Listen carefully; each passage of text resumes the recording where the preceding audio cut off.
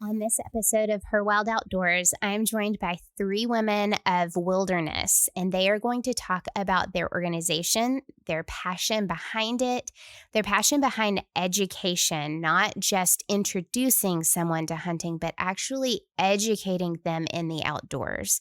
We're going to talk a little bit about an article that came out against the R3 movement and how that has affected the way we view our introduction into the outdoors and how important it is. So listen in and enjoy and let us know what you think.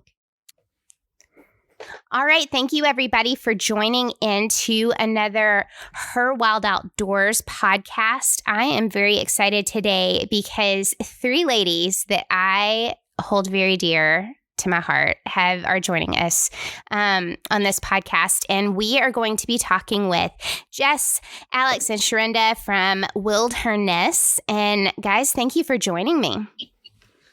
Amy, thank you for having us. I'm excited. We are too. This is like a powwow because we were just all together. And so it's kind of like getting back together, even though it's not in person. It feels the same, though. I love it. Killing anything today either.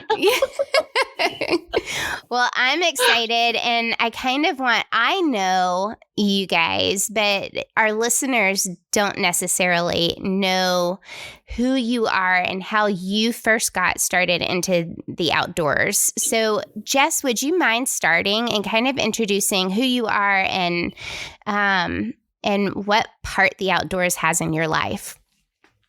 Sure. I'm Jess Rice. I am one of the co-founders and the president of wildHERness.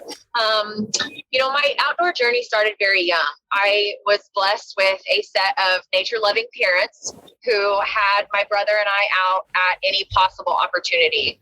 My dad, showed me before I could walk really how to turn over rocks and look for what was living underneath them and how to set the rocks back down and, just so that you didn't disrupt the inhabitants that, were living under the rock. And that came with a responsibility to the earth. It wasn't just, you have to enjoy, go out and enjoy these things, but you do have a responsibility to play your role on planet Earth. And that came with them teaching me, how to leave everything better than you found it. Back then, Leave No Trace didn't have a name. We called it unlitter. You just left it better than you found it. And so my dad was an avid outdoorsman.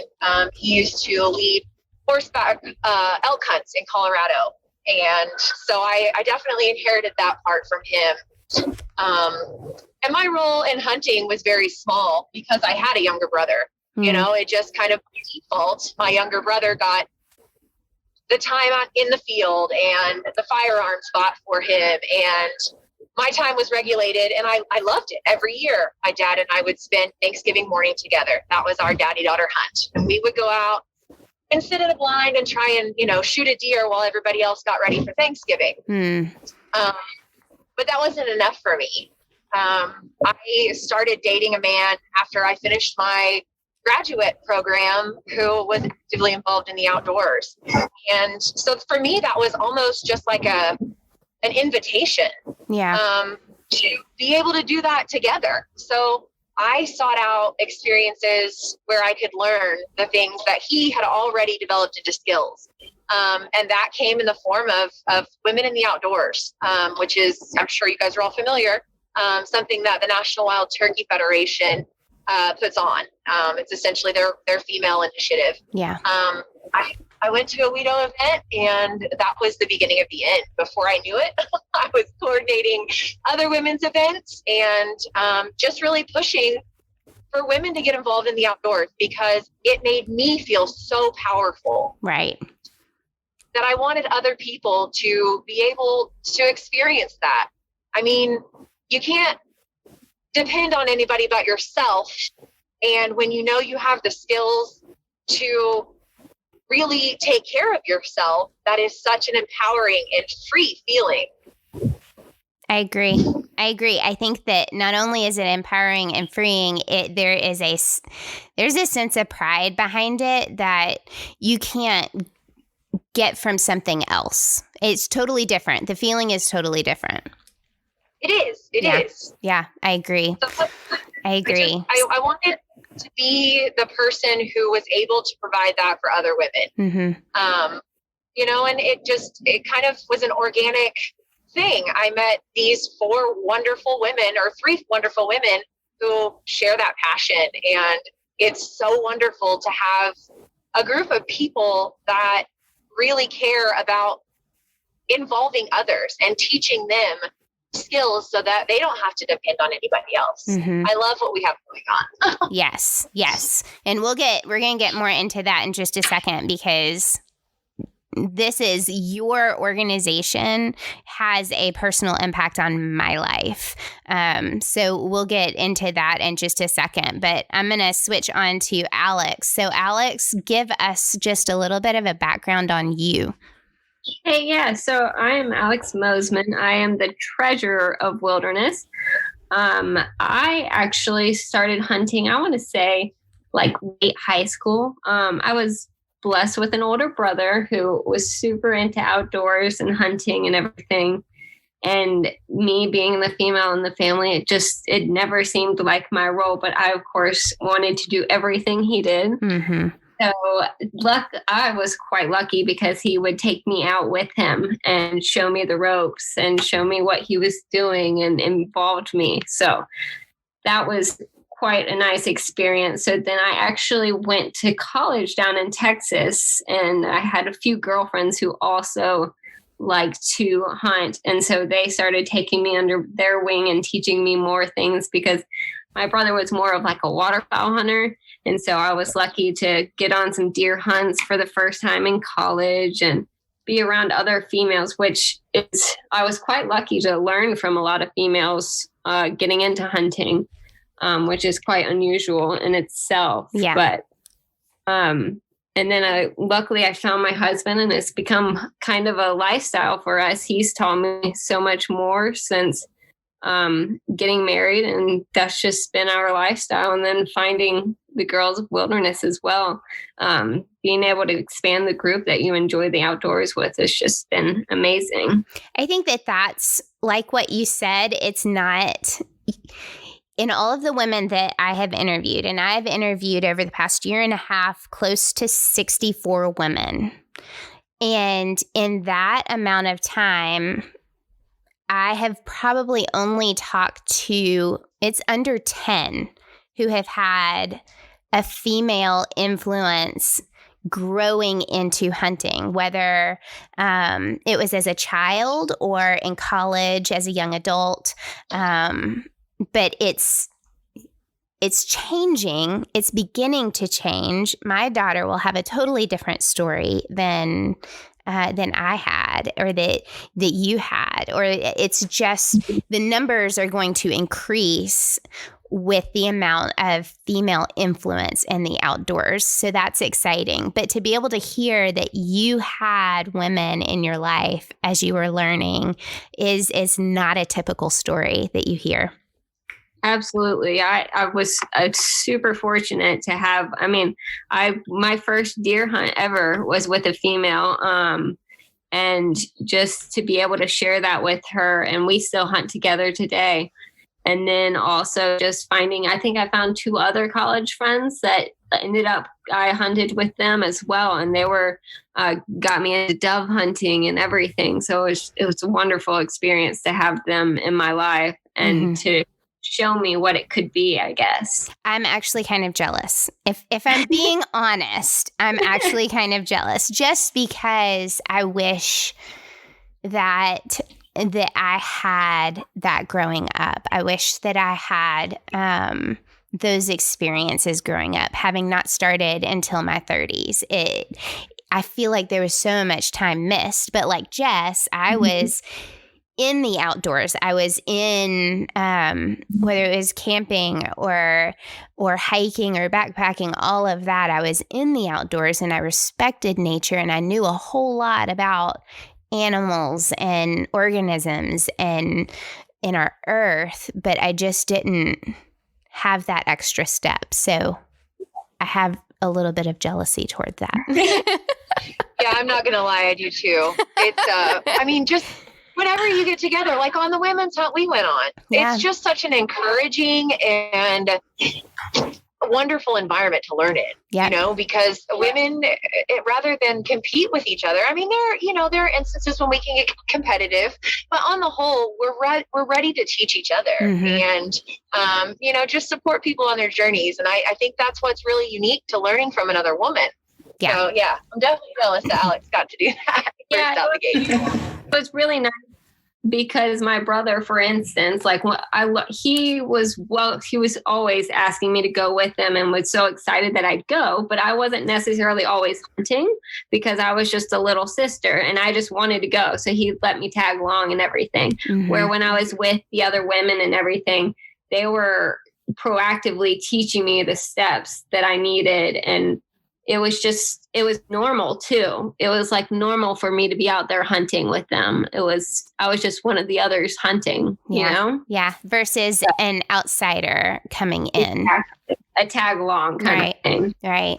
No, I think that like what you just said there, I think that that's the difference. And there's no man hating here. There are so many men in our lives, in all of our lives, have had input one way or another in pushing us to where we are today. So don't hear that in any sense. But there is nothing like being on a drama-free, carefree, learning, educational moment with other women in hunting or fishing. And you can't replace that. You can't. And women absolutely bond over those experiences. Yeah. And I think that is a driver and what keeps a lot of women going. It's just having that bond over shared experiences. Yep, it's true. Now, Sharinda, you're also with us and you've got a little bit of a different story. So tell us a little bit about you and how the outdoors has entered your life. So it kind of was a domino effect. For me, I do not come from a family background of outdoors or even firearm ownership or handling. So I completely threw my family for a loop when they discovered on accident that I was deciding that I wanted to learn how to handle a firearm, and not because I felt threatened or I felt like I was in a situation where I needed one, because I kind of think that that's a big misconception surrounded by women and firearms these days. But it was just one of those when Missouri decided that it wanted to become an open carry state. My ideal on the thought of it was that, so it's kind of like driving. Not everybody that drives necessarily needs to have a driver's license or be driving, but there are going to be more people carrying than I'm aware of. And should I ever need to handle a firearm or come across one that isn't safely put away, I probably should need to learn how to handle one like I did driving a car. So that's just kind of how I was introduced to it. And also I grew up as an only child. Like I have siblings now, but I mean, I'm almost 20 years older than them. So I was an adult and I didn't really get outside and socialize much because, when you grow up as an only child, you kind of entertain yourself. So as a late starter, which I'm 43 now, and I'm the oldest out of wilderness, and I'm like, I kind of need some hobbies to do in my retirement. And from learning how to shoot, I discovered that I really enjoyed shotguns, even though I was horrible with using them and didn't know what I was doing. And I just took a chance and joined a sporting clay league. And it went downhill from there, from joining a sporting clay league to being told, hey, you should go participate in a Pheasants Forever pheasant hunt. I didn't have a clue what I was doing and what I was needing. And I just showed up. And I don't think a lot of people don't realize, which if the audience is not aware, I'm also African American. So our hunting influence is not as great as it could be because, and I also live in the city environment. I didn't know how to approach wanting to learn how to hunt. I didn't know the resources or just how to get started. Mm-hmm. So the first time I actually went on a group hunt is when I met the wilderness ladies. I was like, oh, this is interesting. I don't feel as intimidated with women that actually wanted to show you how to do things. But I also have a different perspective where I don't necessarily care if I ask a dumb question. I know what I know, and I don't know what I don't know. And, you know, with me, with learning, I kind of tend to observe people a little bit to see if we interact well personality-wise. And, you know, I have to be comfortable. And another thing that I enjoy about learning how to hunt with women, oh my gosh, do we love to share information? Yes, we do. And I mean that in a positive way. Like, I had absolutely no gear. So the ladies were like, nope, don't go buy it. Try mine. See if you like it. Try ours. You don't need this. You don't need that. You do need this. This place is cheaper to get things from. All those little tidbits. Yes. And then the more that I'm involved with wilderness, which I'm also the secretary, the more other minority women are starting to take interest, not necessarily in the hunting per se, but wanting to learn how to shoot sporting clay, which is something I'm addicted to besides waterfowl hunting, thanks to these two troublemakers on the phone. And, you know, something as strange as, you know, most of my associations all were just aware on how to use pistols. Well, now they're venturing out and they're wanting to learn about shotguns and rifles. And just recently, I've had 2 cousins purchase a shotgun and taken lessons. And my, cousin's husband bought one as well. So I'm like, great, now there are 4 of us in the family. So I'm kind of like a bad influence now. No, you're a good influence. But you make a good point in the fact that, you know, a lot of times people see these groups as only persuading people to get into hunting. And it's so far from the truth. Yes, we would love for people to join us in hunting and learning more about it, but it is more about just making a safe place for someone to just come in and find out more about it, or find out or be educated into what it's all about so that they can be supporters or just shoot. I think really at the core, I mean, I could probably speak for all 4 of us that, I mean, we enjoy the natural world so much that when we're on a hunt, that's really what it's about. It's about seeing the world wake up and watching wildlife when they don't know that you're there. And I think that it's such an easy way for people who have an interest in that already to just show them how hunting really feeds into that. Right. I mean, you're a part of the ecosystem when you're out there and you're hunting. You know, it all funnels down to wildlife management, and that's what we're out there to enjoy. So it's easy, I think, when you get people who are interested in, you know, the non-consumptive uses, for instance, like bird watching or kayaking. It's not hard to get those ladies out on an event and then enjoy yourselves and be able to say, hey, you know, you enjoyed this. Let's maybe give this a try. Yeah. And it's, you know, that's a good way to get the next generation involved for sure. It's true. Oh, it's very true. And I mean, the hunt that we just went on all together, we didn't get one single thing. Yeah. But it was such an amazing day though. Yes. And I think that it boils back down to there are so many women looking for like-minded women to have community with. And you might not have that with someone next door to you. You might have to seek it out. And so finding a community of of people that think the same way that you do, who want to further their education, who want to continue learning, who might want to hunt, who might want to shoot, who might want to just be on the conservation side of it.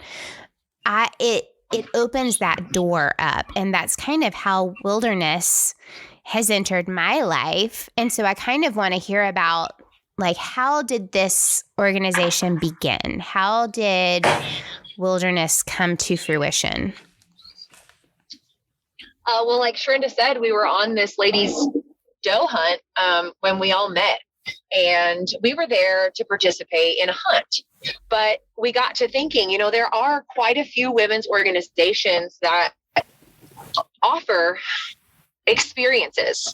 And a lot of them come with a fairly hefty price tag. Mm-hmm. But what we wanted to really concentrate on was the precursor to getting there.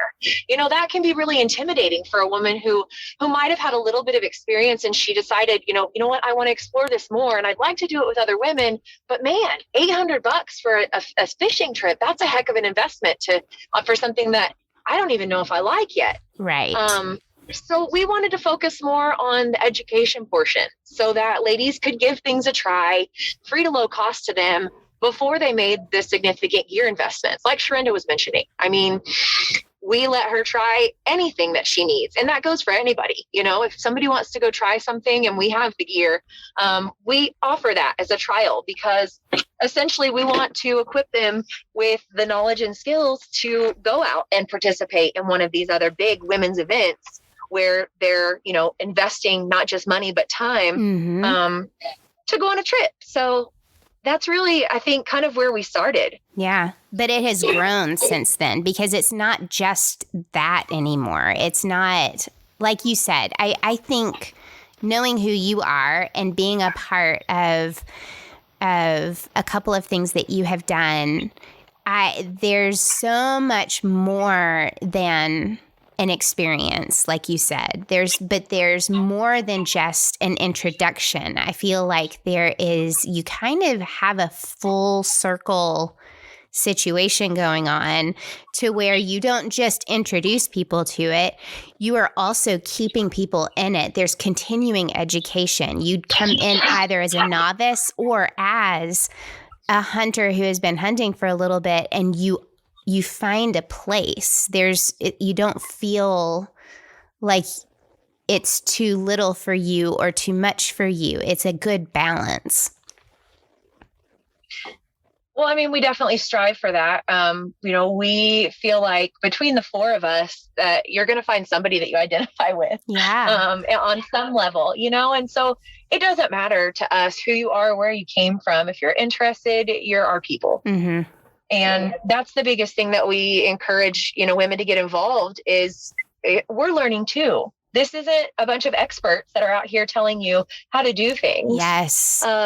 Definitely. You know, we're always learning. I mean, and we always like to say, it's something that you've probably heard one of us say if you've been out in the field with us at any point, but every time we go out, we learn something new. Mm-hmm. And, you know, that's really what it's all about.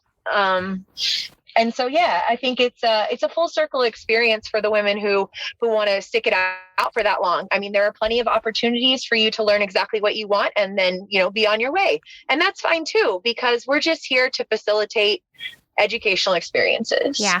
And it's just that like, I have been on a hunt with you guys. My daughter and I came on a doe hunt, and it wasn't just, here's a gun, point, shoot. Okay, yay, we'll package your meat up. There was learning along the way. This is how you walk in. This is how you observe. This is how the whole process of beforehand.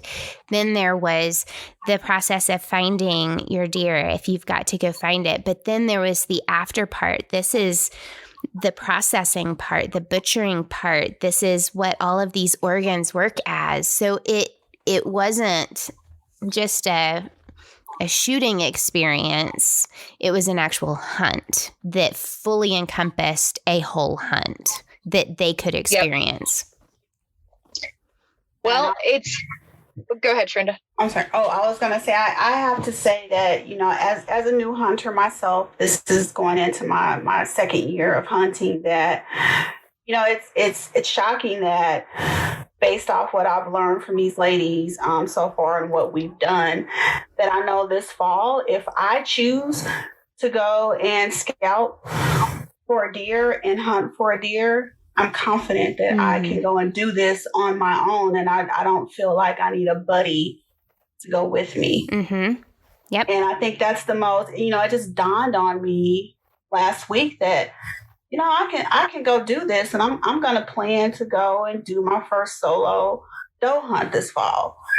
So that's the takeaway from us, the confidence, the skill, the enjoyment, and then the excitement of knowing that, I can go, I actually know what I'm doing for this particular thing. Yeah. But if you got into a circumstance where you're like, okay, I don't know what to do, you have 10 different people you can call. And exactly. And that means a lot to me. The first time I butchered a deer all by myself, it went 100% wrong.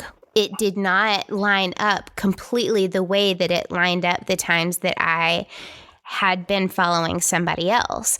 And so I had to make that phone call. Even though I was by myself, it was hey, this is in the wrong spot. What do I do? And it was the ability to have somebody to check in with. Even if you feel confident, every now and then it's nice to have that backup say, yeah, you're doing great. You've got this, and it feels good that way. It does, and I think that that's really what women need. I mean, I've used this analogy a lot lately, but we don't go to the bathroom by ourselves. What makes you think we're going to go out in the field by ourselves? So, for me, I think that sense of community is really what keeps women coming back. Is because they know they have that lifeline. They can reach out anytime, because that's what we end all of our events with is, hey, we're here to support you on your outdoor journey, whatever direction that may go. We're here, reach out. Yeah.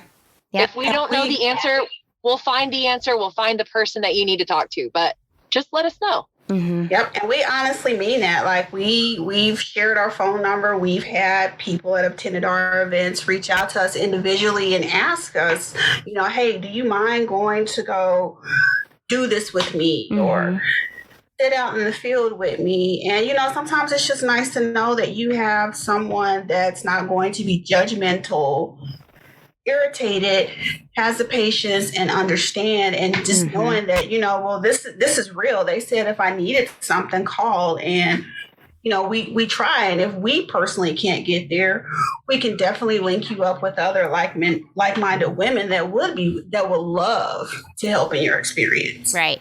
Now, you guys keep saying events over and over again, and I want to make sure that people hear these events that you guys put on. They're not always a hunt. They're not always a fishing trip. They're not always something that you can go shoot. That you have events that are purely educational too, where you can just come and put hands-on things to learn from or hear from people who have the expertise to teach, right? Correct. Yeah. It seems a bit short-sighted to me to only be out to harvest animals. Yeah. And I keep coming back to this. We're part of something greater.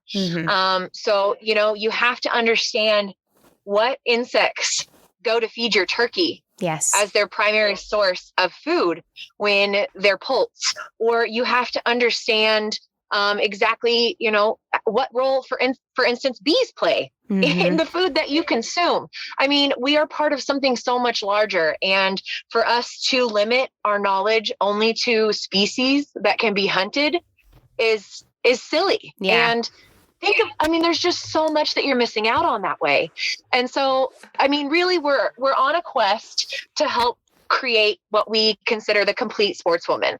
And that is somebody who not only knows the biology of the game she's after, she knows the laws, the rules, the regulations, how those even come to be, the rules that you have to abide by. Yeah. She knows more than just squeezing a trigger. So we do offer lots of events, kind of that run the whole gamut of the outdoors. Recently, we did a beginner beekeeping class. We are doing Intro to Taxidermy coming up soon. So cool. Yes. I think that everybody should know that anyways. If they are hunting, I think that if you are ever going to have anything mounted or go to a taxidermist, even if you're not going to do it yourself, that class is pivotal in knowing how to take care of what you have before you even get there. Well, yeah. And then just to understand exactly how much work goes into it. Yes. So when you get that bill for the taxidermy, you understand why. It's respected. Yes. 100%. Yes. Yeah. Yeah. So, I mean, we do just a little bit of everything. And that's, kind of why we maintain that diversity to reach a wide audience because, it's easy. Women are pretty coercive, Yeah. Once we're together, it's easy to convince other ladies that, hey, let's give this a try together. Mm-hmm. This will be an adventure we can go on. So. Yes. And you guys recently received a grant, right? Yeah. We're excited about that one. I was excited for you. Tell us what this grant is going to mean to you. Well, the grant is going to give us the funds to reach a very wide audience. So the grant is the Vamos a Pescar Education Fund. It comes from the Recreational Boating and Fishing Foundation in collaboration with local fish and wildlife agencies. And essentially it aims at getting family units involved in fishing, particularly those of the urban Hispanic demographic. That being said, we are really excited about having the funds we're not just going to teach these people how to fish. We're going to set them up to become anglers. With the completion of the series of events, each participant will get a rod and reel combo, a fishing license if they're of age to need one. Each family will get a tackle box and a park permit to go to all of the Kansas state parks.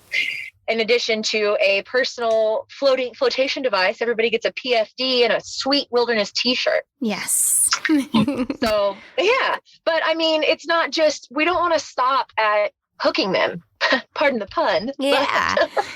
But you want to take it further.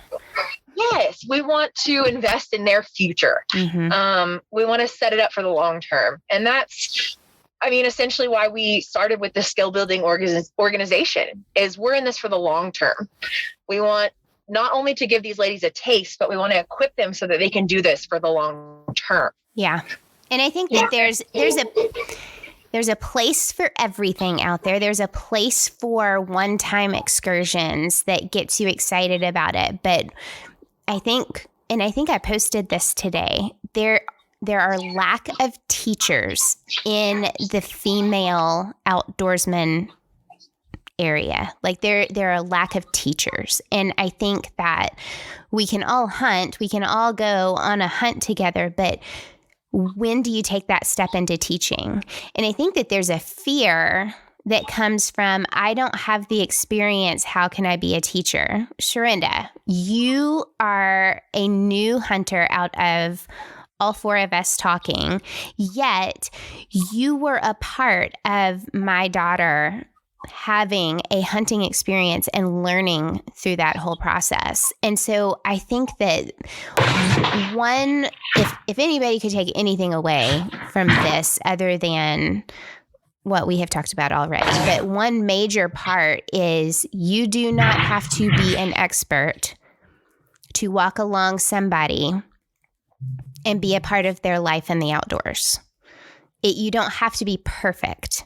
You don't have to have all of the answers. You just have to be willing to share and teach what you do know and be willing to learn alongside of them, right? Yes, I totally agree with you 100% on everything you just said. And it's amazing that, you bring up our hunt experience together. I was actually doing my mentor orientation where I really wanted to sit back and observe. Mm-hmm. As someone that's new to hunting, or especially if parents are there in the blind and the guide is there in the blind, like what are some things that I probably need to anticipate, what extra should I have? What do we need to do in the moment? So it was like, Ava and myself, we partnered up and we're learning together with you guys. And it was amazing watching your excitement build up and, watching the determination and the patience of someone so young, making sure that she could do an ethical shot. And I was like, oh my gosh, I'm not even a parent. And I feel proud of this young lady right now. She stood ready for 20 minutes. That's true. Not even shaking, watching her target. And I was like, it was an amazing experience for me. And I took a lot away from both of you guys. As you sat there watching me shake like a leaf. I still have that on video for you guys. It was quite the experience. But it is one of those that, I can learn something once and then I can do it once, but it is my responsibility to then teach it. And I take away from teaching something that I didn't learn in those other two experiences of it. And you really can't get to there without teaching. Indeed. And, I think it really, when you're talking about not having, you feel like you don't have enough experience. Like I haven't done this enough to teach somebody else. But I think really what people are looking for in a mentor is somebody who's not afraid to say, hey, I don't know, let's figure it out together. Right. And, I don't ever want anybody to feel like they haven't done something enough, because you always have something to share. Yeah. And, I've quoted you a million times, Amy, but you said something to me on that hunt with Ava that really stuck with me. And it was, what good is knowledge if it's not shared? And that's just how we operate now. I mean, essentially that's what we want to do, is what we know and we want to share it. And I guarantee we'll all learn something in the process. Yeah. I think that somebody shared with me one time, I had been hunting for maybe 6 years, and I kept self-doubting myself. If I was talking to somebody, I'd say, well, I don't have the most experience. And that person said to me, stop saying that. Stop self-doubting. Stop putting yourself down, because there's always going to be somebody behind you. Always. There's always going to be somebody ahead of you, but there's always going to be somebody behind you. And so with you self-doubting yourself, in the confidence that you should have in what you have done so far, they are going to then self-doubt themselves. And so you are going to create this trigger for each person behind you of self-doubt. There's nothing wrong with saying, I don't know, let's figure it out, like what you said. I don't know, let's figure it out. There's nothing wrong with that. But taking a step back and saying, I'm not qualified for that, or I might not be the best person, that's when you're not being bold. You're not taking what you do know and pushing it forward. And that doesn't do anybody any good. You're right. I mean, and I've been deer hunting for, 20 years at this point. And on that hunt, I was mentoring another young girl, and I encouraged her to take a shot, and she made a great shot. She connected and dropped this deer. Well, we walk up to it and we realize that we're on a doe hunt and it's a button buck. You make mistakes and you make them in front of the people you're mentoring. And can you imagine, that's going to stick with her forever? She felt so guilty. And I looked at her and I said, hey, I encouraged you to take that shot. These are the kind of mistakes that happen to seasoned hunters. Yes. You just have to realize that the deer that you took was legal. It's going to provide food for your family. And that's bottom line. Yep. You put him down quick and he didn't suffer. So you made an ethical, clean kill, and now you've got food on the table. Yeah. So, I mean, not being afraid to make those mistakes, I think, is also a really important part of being a mentor. Yes. Because in honesty, my kids have heard me say, I'm sorry, I don't know how many times. But if they don't hear me say that, if they don't hear me say, hey, I made a mistake, this is how you fix it, or this is how you respond to it, then they don't learn that. They don't learn how to then respond when they make a mistake. And if we all lead these perfect Instagram lives, even in person, and there's no learning that comes from that. There's just the accolades and the pat on the back, but there's also no chance taken. There's no getting outside of your comfort zone. And I'm not talking about illegal activity. I'm talking about pushing yourself into a situation that you didn't think you could do. And you might fail at it, but at least you're going to fail with somebody besides you, walking alongside of you with you. And you're going to learn from that mistake, and you're going to take a step back, and you're going to then take 4 steps forward because of how much you learned from it. And that's where authenticity develops. Yes. And we need more of it. We do, because there is a lot of, Instagram hunters that are out there that do things a little bit differently, because their motivations are likes and not real experiences and real skill building. Yeah. And that's a whole nother topick. I'm sure we could discuss that on another podcast. So I'll leave it there. We can tackle that in a whole nother session. Yeah. On social media, I wish that a lot of the seasoned hunters would be more open to their non-success stories. Yeah. That would make it seem more realistic just from a new hunter's perspective. Like, for me, knowing, like, I'm to the point now where if I can go out and sit in the blind or sit on the edge of a dock and come home empty-handed, I'm okay with that, because there's no 100% guarantee that every time I go out and do something, I'm going to be successful. Oh, heck no. Yeah. And there's nothing wrong with that. It happens. And it's nothing to be ashamed of, just knowing that you took the effort and the steps to go out there and do it. Yeah. I think is what's important. I agree. I definitely agree. I do too. Yeah. I do too. Your whole, so I'm going to take us into a topic that we're going to tackle really quick. And it is, so let's take this back to the late 80s. Okay. We started seeing hunting numbers kind of drop a little bit, kind of late 80s, early 90s, up into the 2000s. The hunting numbers started decreasing. And so right around those times, we started noticing that we needed to have educational events, whether it was through, like what you said, Jess, with women in the outdoors. We started seeing more women getting involved, and youth hunters, and having these hunter education classes, and having tighter restrictions and licenses, and all of these things started changing. But we started noticing that we do need, I hate using the word recruit, because I think it's like a job recruiting, like we need anyways. Like a cult recruiting. Right?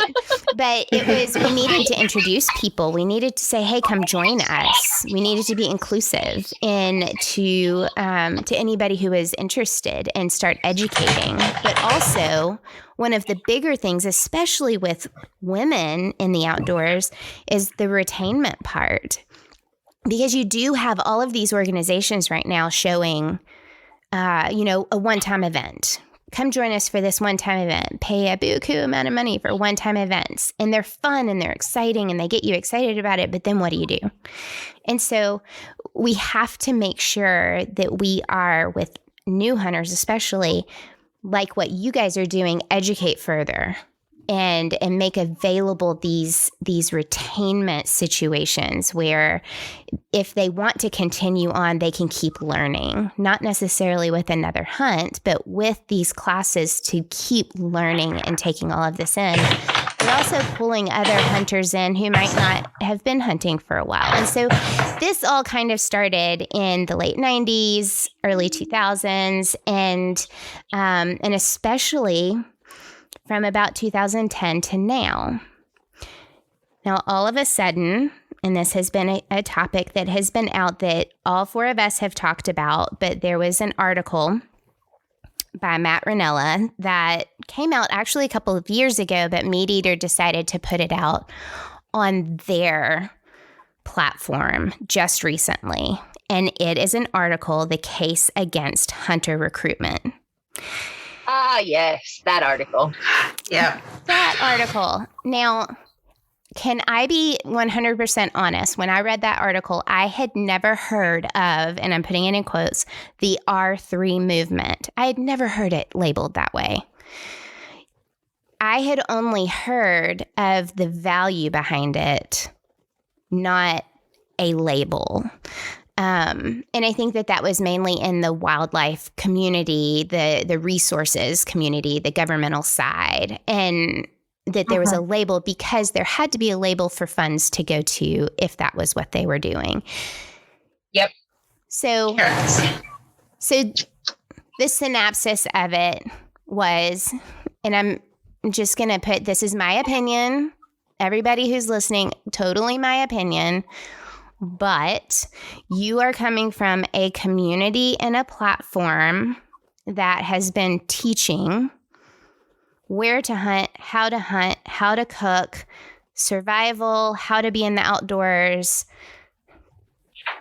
lots of money, lots of books being bought, lots of support, lots of all of this to this platform. And yet all of a sudden we're hearing there are too many hunters out there.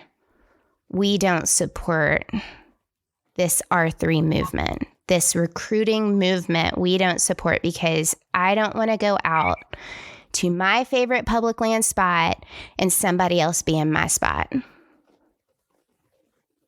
I mean, that's pretty much the synopsis of it, right? Yep. Yeah. Yep. Yeah. Yeah, it was disappointing to hear that. And I found it very disturbing to hear and read on public land. Mm-hmm. You don't own that public land. You're not entitled to have a spot. It's first come, first serve. You got to work for it. Yeah. You do. And to have that kind of mind frame about it, I thought was very disappointing. Very disencouraging. Mm-hmm. And extremely selfish. Extremely selfish. I mean, extremely selfish. Yeah. The thing is that, I mean, I come from the government side. So the R3 term is kind of just a back pocket term for me. It's very common.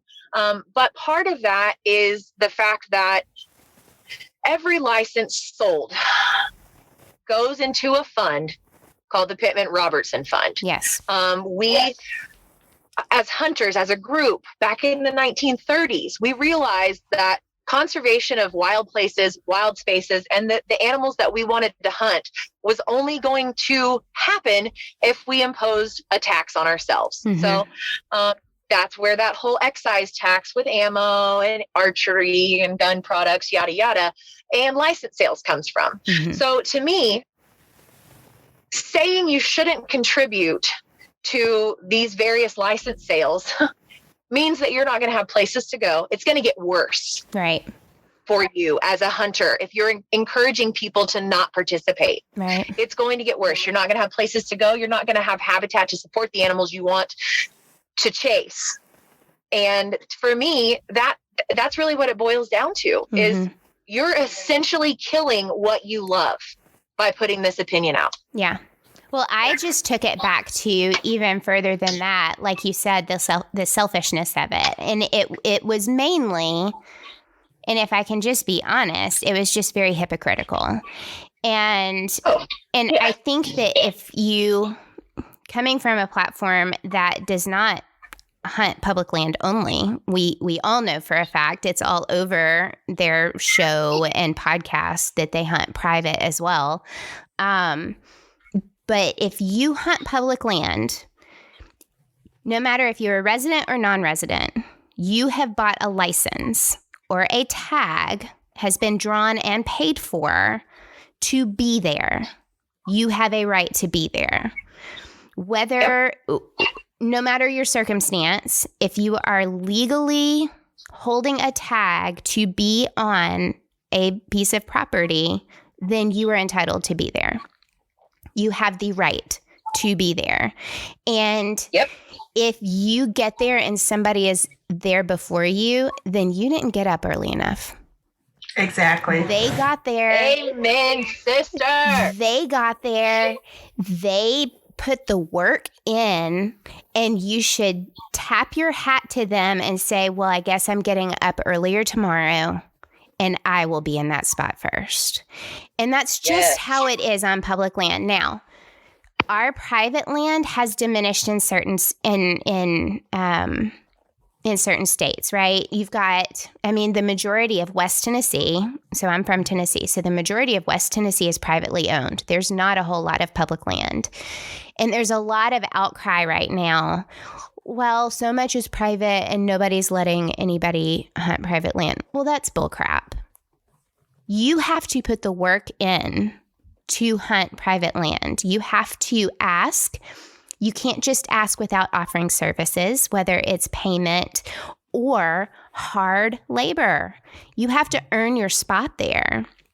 So people aren't asking. They're afraid to ask. They're afraid to get a no. And if they do get a no, then they're afraid to ask again to somebody else because they're afraid to get a no.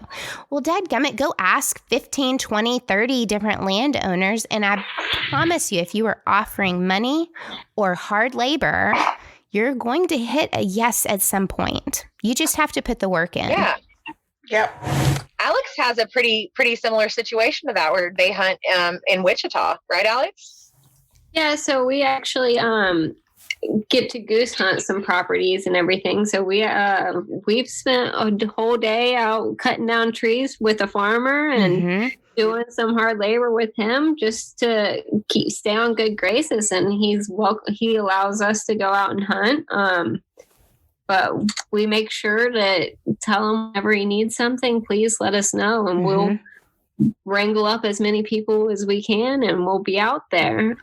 But you got to stay on good graces. Make sure you're not messing up their property and doing what they'd like you to do. Yeah, we hunt half and half. We hunt half public and half private, and the private land that we do hunt on, we are out there working on it. We are also looking out for trespassers. We are their eyes and ears when they're not there.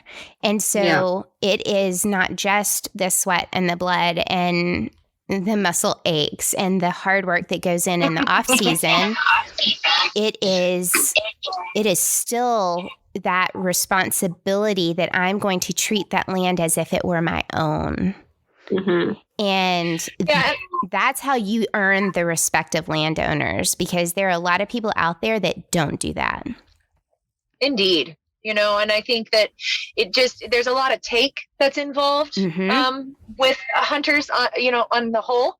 And that's something that we've tried to really focus on is the giving back portion. It does require a village to pull off free to low cost educational events for women.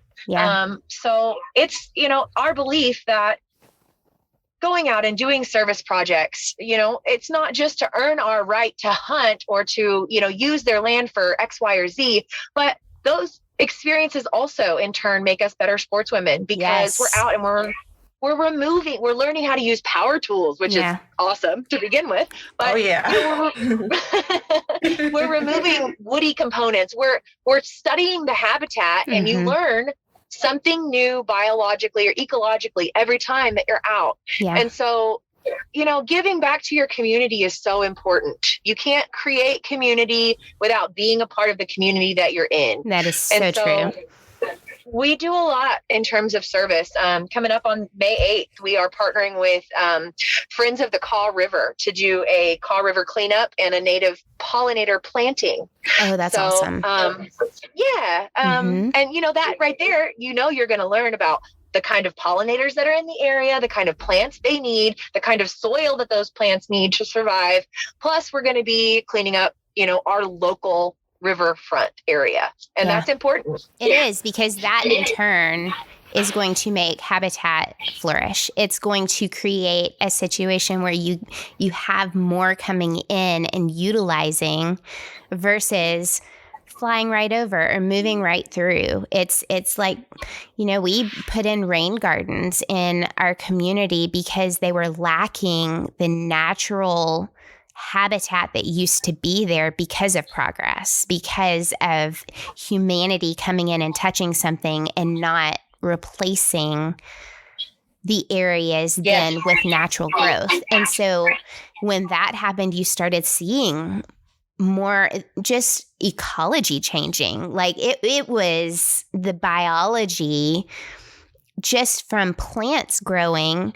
It invited more bees, invited more pollinators, invited more, we had otters coming through that we had not seen in forever. So you just start seeing things change by one simple act. And you're going to then create situations where deer are going to be passing through, and but these are all things that we can easily do in a weekend. Absolutely. And it creates a little bit of ownership. Yeah.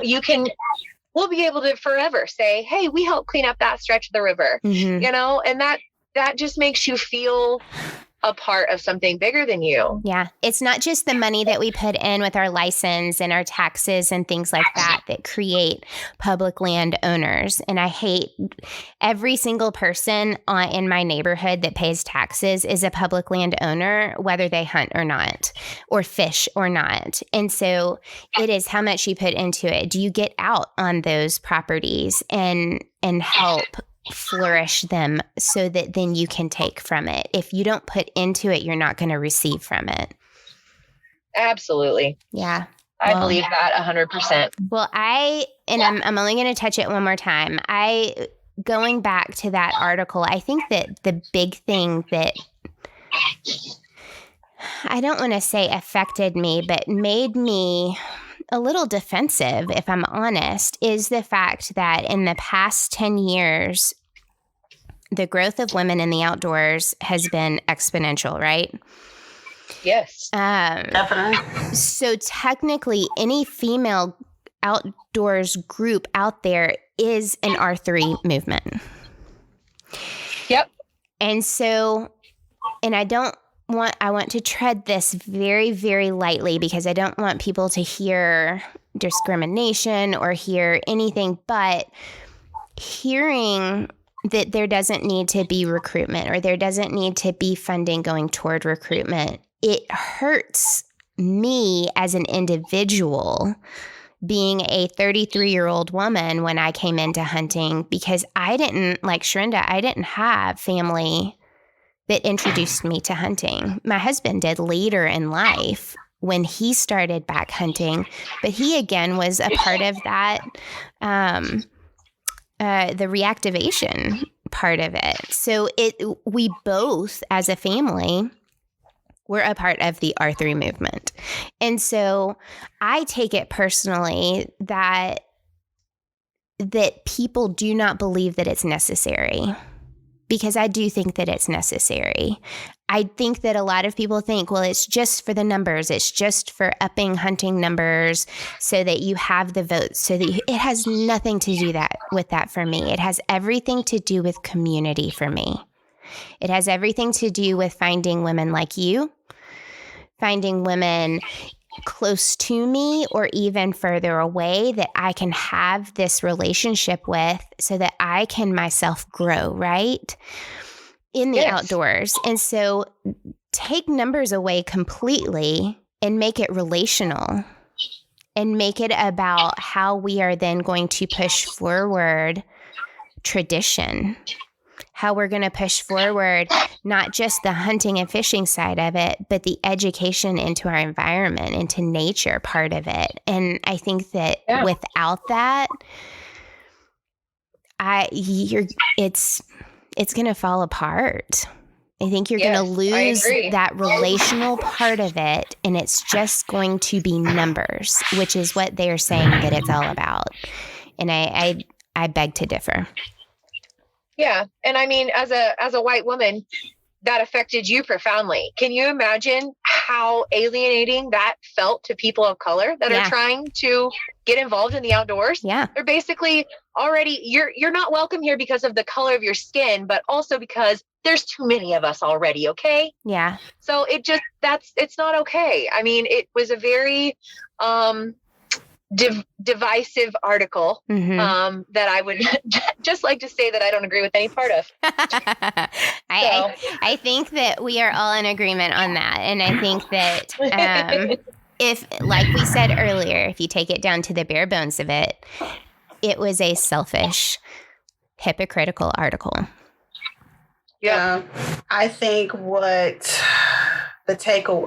I don't think what a lot of people that may feel the way that he did when he wrote that article was, let's look at the past year, for example, when cities were put in quarantine and things were shut down. The first thing that people did was go to the outdoors. Mm-hmm.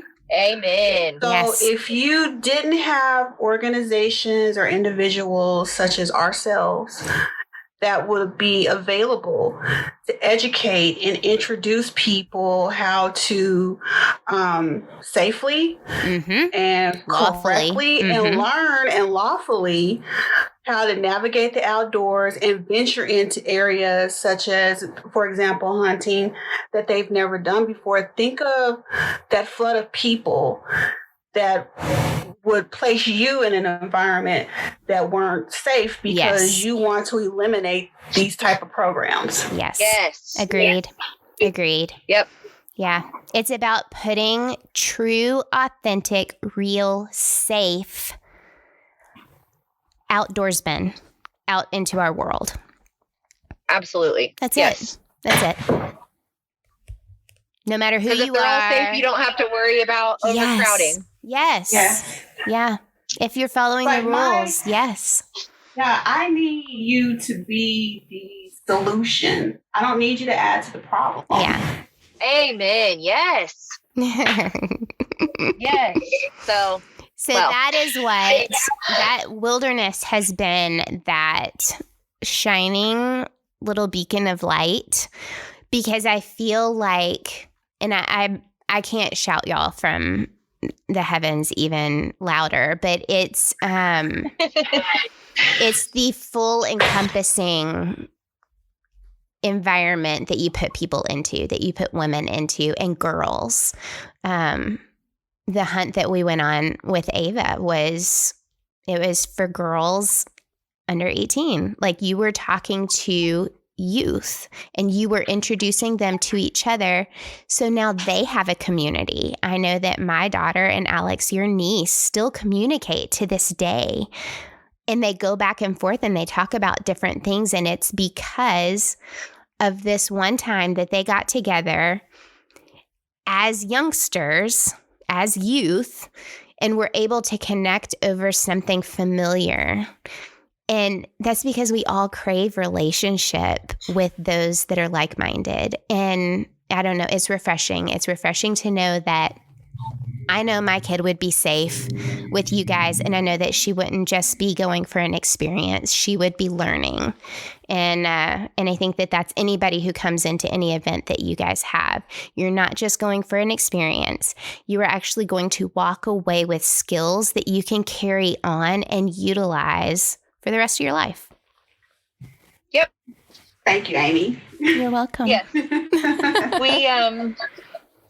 We couldn't do it though without supporters like you. I mean, it's one thing to have a passion, but to see it realized in somebody else's child.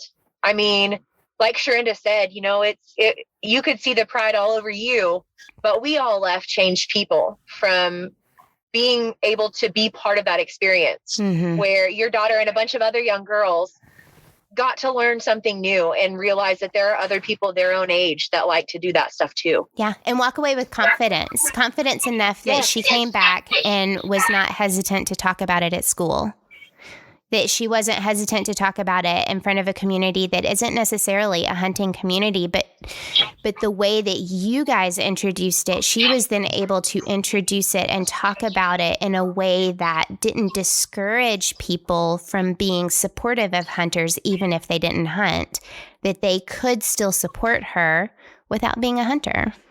And I think that was something that she learned from and will be able to apply to any situation. So, that is very humbling. So thank you for saying that. You're welcome. You're welcome. I think communication is the key. And I think we're all, like, I'm not necessarily out here to say that every single person who listens to the podcast or every single person who comes across my social media page or my web page or anything like that, or comes across me, that they need to be hunters, because there's no need for everybody to be a hunter. It'd be fun if everybody was, but there's no need for it. But you don't have to hunt in order to support a hunter. And that is absolutely true. I couldn't agree with you any more than I ever have about anything now than what you just said. But communication is key in that. It is the way that you communicate with a non-hunter that can either push them into anti-hunting or supporting a hunter. And oh my gosh, yes. And so I think that was something that she walked away from that I was appreciative of. So Sharinda and I are taking it's a webinar series right now, presented by the NRA. And it's essentially how to talk to people, non-hunters, about hunting. Mm-hmm. And, it's kind of the way they break it down when you talk about, your personal motivations for hunting. A lot of people fall back on, well, I provide food for my family. Mm-hmm. It's part of population management because, if we let the deer get too numerous, then we're going to be hitting them with their cars. And that's a heck of a lot worse of a way to go than a single bullet and then they're dead, So it's been really, really interesting to see which of those motivations, there's a whole laundry list of them that are socially acceptable to non-hunters. Mm-hmm. And so I think that is another thing that Wilderness is really proud of, is the fact that we, on our own time, continue our education on the subject matter of educating others. Yeah. And that NRA, and it's just been illuminating. I would love to send you the book. Yeah, please do. I think that everybody can take a lesson in that, in the way to communicate. Because let's be honest, people who look at our stuff who are hunters, they look at it and it's like, yay, support, like, comment, whatever. But those who look at it as non-hunters or anti-hunters looking in, those are the ones that you can make or break. So exactly. And I think that is just an additional responsibility of the hunter. Yes. We can't just continue plowing on in our traditional manner without trying to educate those who don't know about our lifestyle. Right. It's just such an easy thing to say, oh, hunters are just killers, but we're not. Yeah. Not all of us are that way. Mm-mm. Most of us are not that way. It's something like 90-something% of hunters cite those two reasons that I just mentioned, ecological benefits and, putting food on the table as their main reasons for hunting. It's not because I got to shoot something in the face. Right. Right. Yeah. I think, who was it? I was listening to a Blood Origins podcast the other day with Hunt Domain. And he said, we have to constantly be able to censor ourselves. It's not the Facebook censorship. It's not the Instagram censorship. It's the ability to look at what we are doing and censor ourselves because of how it's going to portray, what it's going to say. There are going to be pictures that you take that take worth of your hunt, but aren't necessarily worthy of putting out in public. And so that's our responsibility. Yeah. It is. And it's not just one of those things where we can be like, well, if you don't like it, don't look. Mm-mm. That doesn't help anybody, especially us as hunters. Mm-hmm. Yeah. Yeah. So my takeaway was when I first started, I didn't think much about the picture I posted, I was just so excited to have a successful harvest that, I didn't think, and, I've left those pictures up there so you can see how I've grown as a hunter, but now I'm more mindful about it. Like next time if I harvest a deer, I want to post a picture, how respectfully it should look so it's not frowned upon, or next time I get some waterfowl, maybe don't hold it up by the neck like it's a rubber chicken. Those are things that I've learned along the way, but no one until recently, no one had in the past had ever shared that information with me until I went on my second deer hunt, and my mentor, we had a discussion, and I was like, I never thought of it like that, because we had a discussion, not a judgment and not an argument. Just a conversation. Yeah. Just a conversation. And it was something that stuck with me. Yeah. It shows pride in your hunt. It's not, it shows the time that you take to appreciate everything that has come to that fruition. And so taking the time to clean up what you were hunting, to clean the blood off, to put the species that you've hunted into a position that isn't disrespectful to the life that you just took. Like those are all of the things that we need to be thinking about. And so, that also it's communication. It all goes back to communication, authenticity, and respect. Yep. Yeah. Absolutely. Those are the tools that are going to make us more approachable as a group. Yeah. And I think that that's something we struggle with. But I think that struggle is good, right? It's a good struggle. It's a good struggle to learn and to take a step back for a moment and say, okay, what are my choices right now, and how is it going to be received? And I think that that's a good struggle. It's something that we should work through, and it's something that we as hunters and outdoors women that we are going to continue to work through. So it's good. Indeed. Yes, we are. We won't give up. No. Well, y'all keep doing what you're doing, because you're doing it well. And I'm stinking proud of you. And I can't wait to get back together with you guys. It's too long. Yeah, it has been. Yes, we need to see Miss Ava too. Yes, we do. I need to get another recipe from her. I told her that we were talking. I told her we were talking this afternoon with each other, and she went, I can't wait to listen to this one. Well, just tell her we talked to her the whole time. I will. Well, thank you, ladies. I don't want to keep you much more, and we will have to do this again, and I love you all. We love you, Amy. Thank you for having us on. Hey, tell everybody real quick how they can find wildHERness. wildHERness.org. Sorry. Go for it.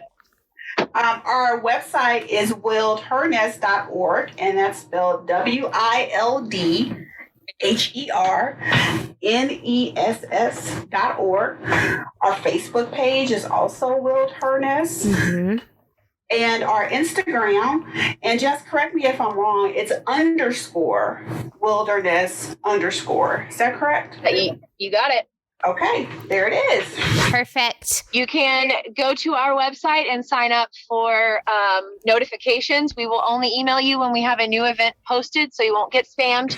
And then you'll also get our quarterly newsletter that lets you know what we've been up to and what we've got in store. Yeah, and you guys are mainly based out of Kansas, but like I've been involved from Tennessee. You've had a lot of people from Missouri, from all over. So you're not, even though you're based out of Kansas, your reach has gone much further than that state. Absolutely. It's kind of fun. We've done a lot of virtual classes, and that has really given us the opportunity to expand our reach. And, Alex can vouch for this because she manages all of the shipping of our merchandise, which you can also get at our website, wildHERness.org. She sends those out, and it's so neat to see where it goes. We ship things to like Oregon and New Jersey and Minnesota and Texas. We actually sent something overseas recently to Spain. Mm-hmm. So we need to make a map of all the locations that we've reached just to look at it for fun. That's awesome. Cool. It's fun to see. COVID to thank, like Shrinda said, that's really the best thing about COVID is that people returned to outdoor recreation in droves. Mm-hmm. And I think that we kind of hit the ground running at a really opportune time to affect a lot of people. And that's what it's all about anyway. So I agree. I definitely agree. Well, thank you ladies for joining me. Thank you, Amy.